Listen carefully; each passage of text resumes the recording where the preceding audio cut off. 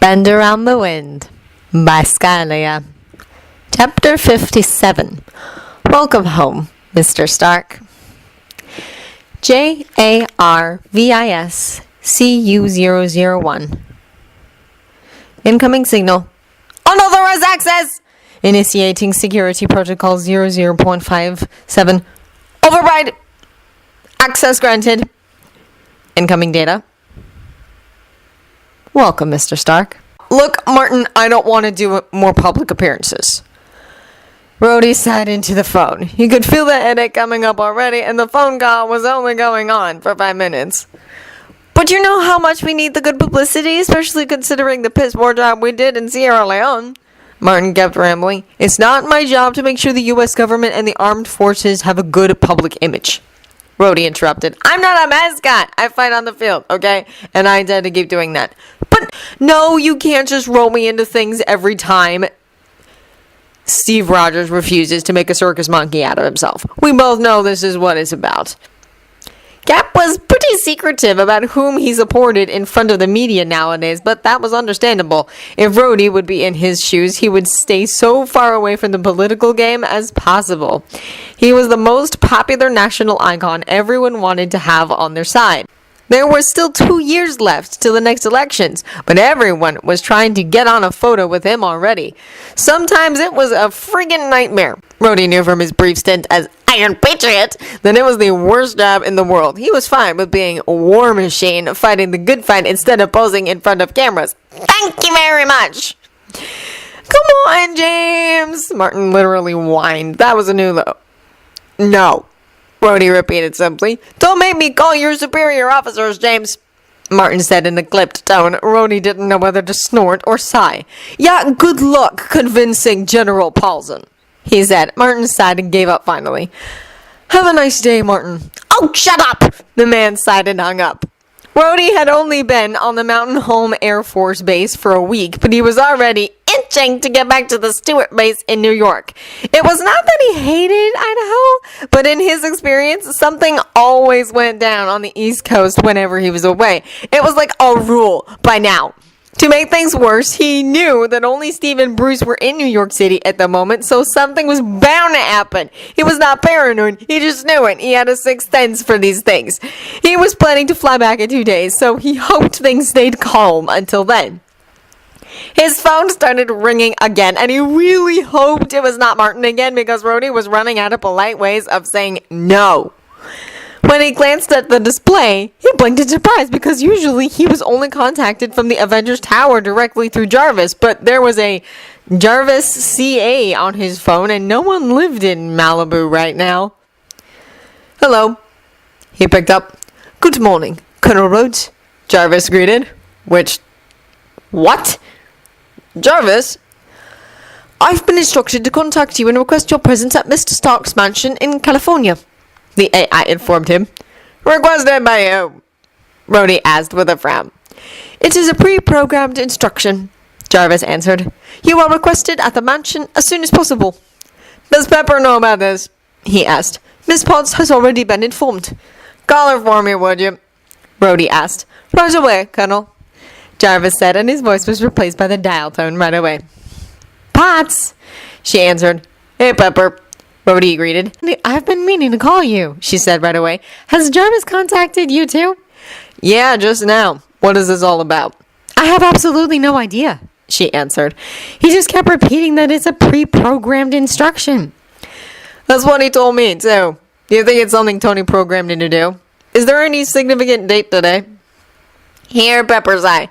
We're 3 weeks from his birthday, she said. Not much else I can think of from the top of my head. Would that be like him? Rhodey asked. To pre-program Jarvis to call us 3 weeks before his birthday? Why this year? Pepper was silent for a moment, obviously thinking. Oh, she said then. I think Jarvis died in 48, she said. Edwin, I don't know if you've met him. I never did. Once or twice, Rhodey said. He died back in 96, I think. I know Tony was real close to him. He didn't come out of his workshop for weeks after his funeral. You think that's it? I don't know. I'm just guessing. Are you coming? You will travel to Malibu for this? Rhodey asked. Jarvis won't say anything, so I will have to. If he's refusing my orders, it has to be something Tony put in his system some time ago. Maybe this is something Jarvis had to do after Tony's been away for a certain amount of time. I don't know. Yeah, that sounds like him, I guess, Rhodey said. Did Jarvis call anyone else? No, just you and me. But Happy's coming with me. When will you arrive? Tomorrow at 10 a.m. I have some things to wrap up here before I can hop on the jet. I'm in Idaho. I'll be there tomorrow morning, Rhodey told her. He could leave the base sooner. He always had his War Machine emergency excuse in case anyone was complaining about it. Thank you for coming, James, Pepper said. It feels strange going back to the Malibu house. I haven't been there since it was rebuilt. It's about Tony, he said. Of course I'm coming. See you there, Pep. Bye, James. The line cut off and Rhodey put his phone back on his desk. He tried to figure out what this could mean, but he couldn't think of anything else than what Pepper suspected. If nothing else, it would be great to see her. They hadn't seen each other in months. They were both busy with their respective duties all the time. Thinking about Tony brought down his mood pretty effectively right away. You could hear in Pepper's voice that it was the same for her. Maybe it was because no one could ever get over losing a best friend, or maybe because there never was any real closure for him or anyone else. There was no funeral. There's only a memorial at the old Stark family mansion. Heck, there were hundreds of memorials all across the globe for Iron Man, but he won't ever be able to think about Tony without feeling at least a little melancholic. Rhodey felt weird stepping out of his car and walking to the door in Malibu the next morning. The house looked only a little different from before the attack. The plans had been approved by Tony back in 2012 and the reconstruction took place the next year, even in his absence. Nobody moved in though. Pepper preferred to stay at the Stark family mansion in New York City. It was probably because there were no memories of Tony attached to that place for her. It didn't matter that Tony grew up in that house because she never lived there with him. This house contained a lot of memories, even in its new shape. The door opened automatically when he walked up to it, and Jarvis greeted him right away as he stepped inside. Miss Potts is already expecting you in the living room, the AI said. Thanks, Jarvis, he said and headed further inside. The place looked surprisingly clean, considering no one set a foot in here since it's been refurbished. It looked different, but just similar enough to feel like Tony would just pop out from behind a corner any moment. Rhodey sighed and pushed the thoughts away. He knew having to deal with something Tony-related would put him in such a mood, but there was no use allowing it to go too far. Pepper and Happy were in the living room, talking in a quiet tone when he walked in. James, she greeted and stood up. She walked closer and then wrapped him in a hug. It's so good to see you again, she said. I mean, I get info on you all the time, but it's not the same. It's good to see you too, Rhodey smiled. Happy was already standing close, and Rhodey shook his hand after Pepper let go of him. I gotta say, you keep this place surprisingly welcoming, considering nobody ever comes here. Oh, that wasn't me, Pepper said. It looks like Jarvis ordered cleaning up and food delivery before we've arrived. Okay, Rhodey frowned at the ceiling. And so, any clue what's this about yet? We were waiting for you, Pepper said. Jarvis, now we're both here. Care to proceed with your pre-programmed instructions? Of course, Miss Potts, Jarvis replied right away. If you would be so kind as to head down to the workshop level. Rhodey shared a look with Pepper, then shrugged. Better get this over with. Should I wait up here, or... Happy asked. No, you were Tony's friend, too. You should come, Pepper said. Happy nodded and smiled a little before following her. The workshop looked a lot less inviting than the house. It was easy to refurnish that, but many things that were lost in the attack couldn't be replaced here without Tony. Pepper did her best. In the first year after Tony was gone, when all options ran out, she did nothing but focus on the repairs of the Stark Tower and the Malibu house. She literally hunted down all car models Tony had in his garage, got the best Stark Industries engineers to replace or repair Tony's equipment by following Jarvis's instructions. She prepared everything for Tony's return. They still had hope back there at the start. They still believed he would show up after a few months like he did when he was taken hostage in Afghanistan. But the months turned to years and Tony's workshop remained empty. When they walked in, the lights were already on and some monitors had some diagnostics running on them. Rhodey assumed Jarvis was checking the systems in the house now that everything was turned on again after so much time. Alright, we're all here, Jarvis said. Let's get this going, Jarvis. Show us why we're here. If you would, please turn your attention to the central display, Jarvis requested as the huge holographic screen flickered to life. A moment or two passed with a black screen that had a few lines of text running on it, and then Tony appeared on the screen. Wow, he must have recorded this ages ago, Rhodey found himself saying. He looks like 30. He really did. Even his beard was a little different from the stylish goatee he had in the last couple of years. Rhodey tried to pinpoint which year it could have been from, but he wasn't sure. Tony had this longer haircut for quite a few years. Hey guys, Tony greeted on the screen. He seemed hesitant to speak. He just kept staring at the camera. The background must have been one of his older workshops, but Rhodey couldn't see much besides the gray metal walls and a few monitors around Tony. 35, tops, Happy agreed. I'd say maybe from 2003 to 2005. But why would he record something? Pepper asked. I don't remember anything significant happening around that time. Nothing indicates... Guys, Tony's voice sounded again. Not to interrupt your brilliant deductive conversation, but this is live feed. All three of them froze as they turned back towards the display. Did he just say... Happy started. It's gotta be something. Rhodey shook his head. No, I'm serious. Tony said on the screen. This is not a recording. I am talking to you at this very moment. Jarvis? Pepper breathed out quietly. It sounded like a question. She was staring at the display unblinkingly. Mr. Stark is transmitting this live from a different location, Jarvis confirmed immediately. Hey. Tony waved a little. Oh my God! Pepper exclaimed. She clamped a hand over her mouth as she stared at the screen. Rhodey was gaping as well, his brain trying to catch up with him. You're alive, he said then quietly, disbelievingly. Pepper, sit down, please. You look like you're about to end up on the floor, Tony said then with a hint of concern. She was indeed pale and maybe even shaking a little. Tears were already brightening her eyes as well. Happy grabbed hold of her arm and led her to a nearby chair. You're alive! Rhodey repeated more loudly. No other words came to him. He was pretty sure his brain was not capable of forming other words right now. I'm alive. Tony nodded, smiling at them. I'm back, he added with a brighter one. Rhodey felt like even the axis of the world shifted all of a sudden. That it took them a little time to get over the shock was an understatement. There were long minutes of silence that nobody broke, not even Tony. Where are you? How? Pepper broke the silence then. You might have realized, Tony said, but I was not on Earth.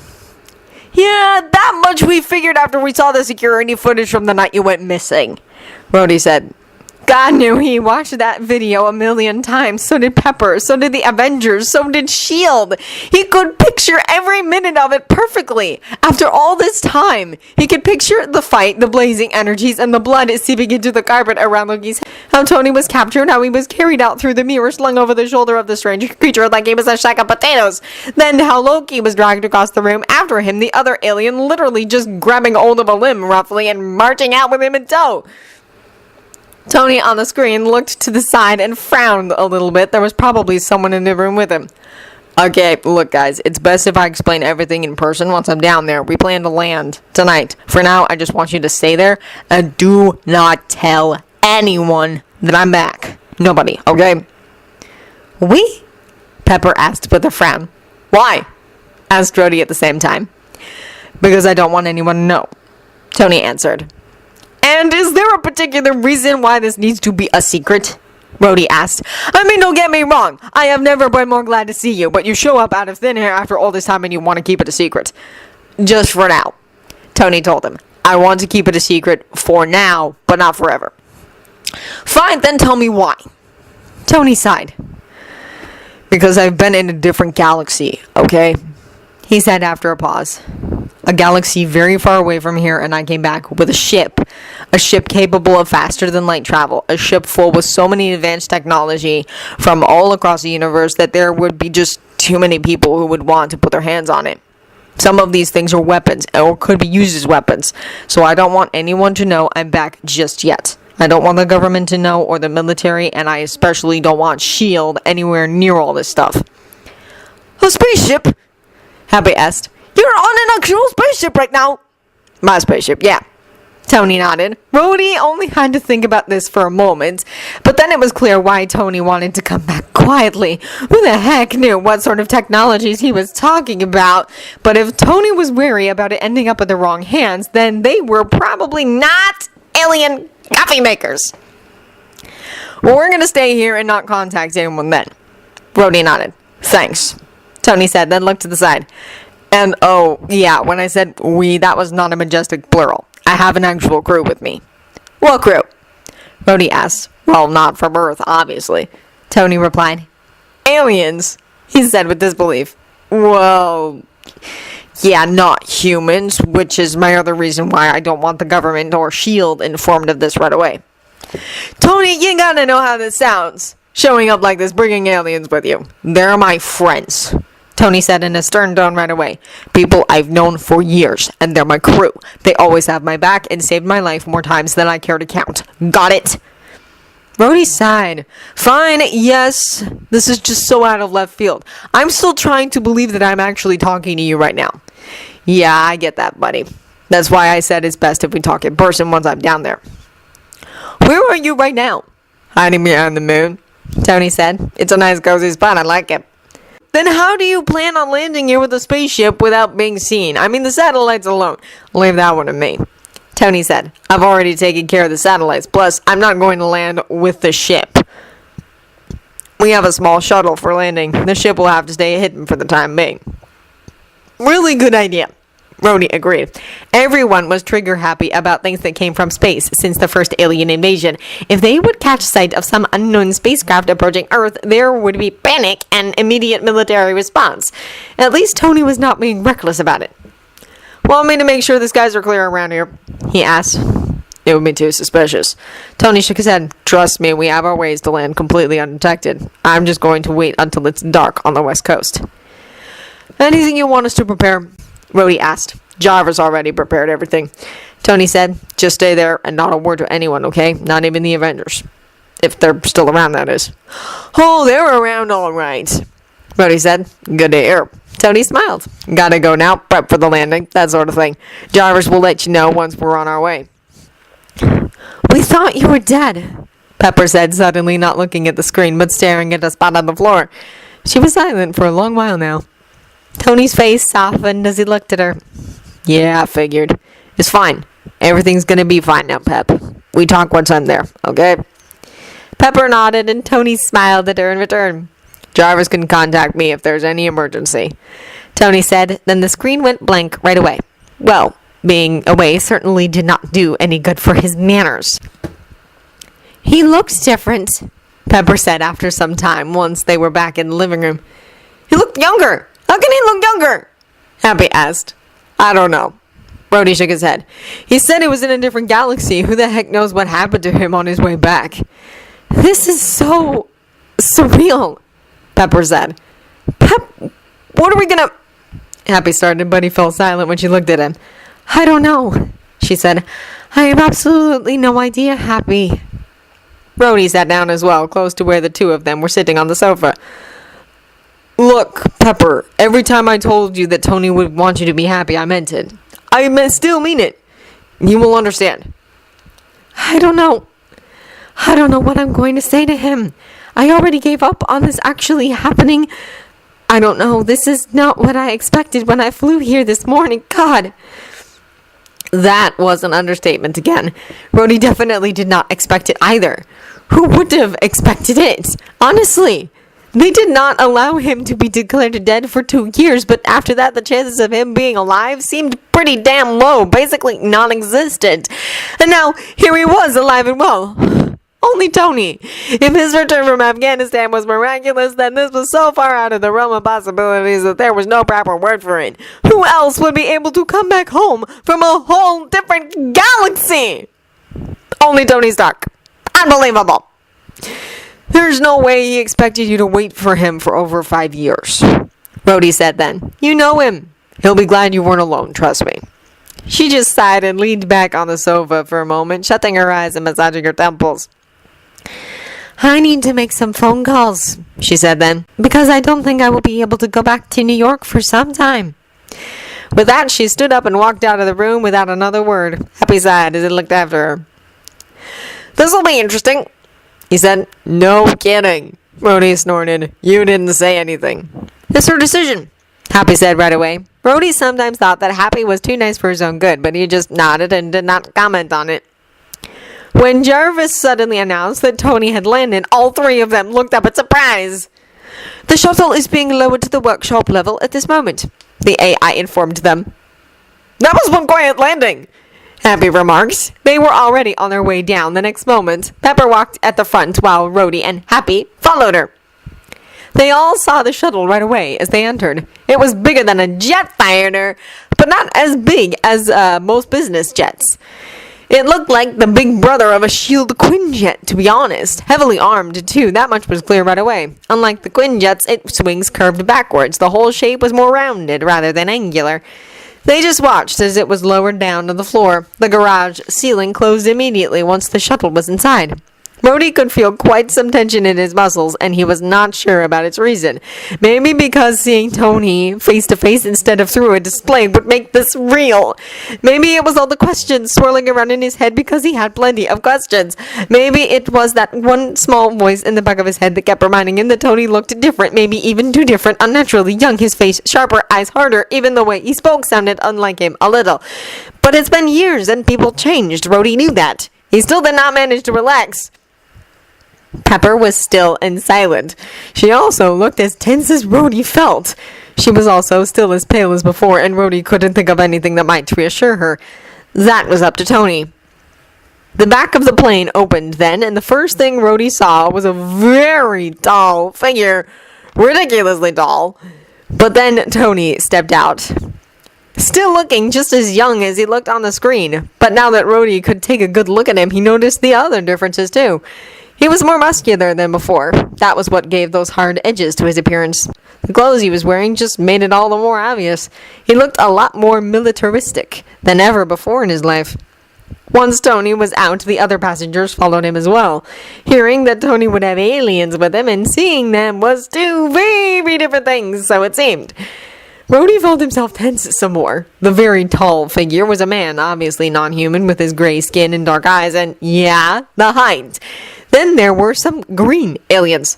Literally, green aliens with long pointed ears. Women, or at least they looked like women to Rhodey. Their height was not unlike that of humans. A tall white-haired man followed them out, and if it wasn't for the clothes, Rhodey would have thought he was some extra in a fantasy flick because those ears totally made him look like an elf.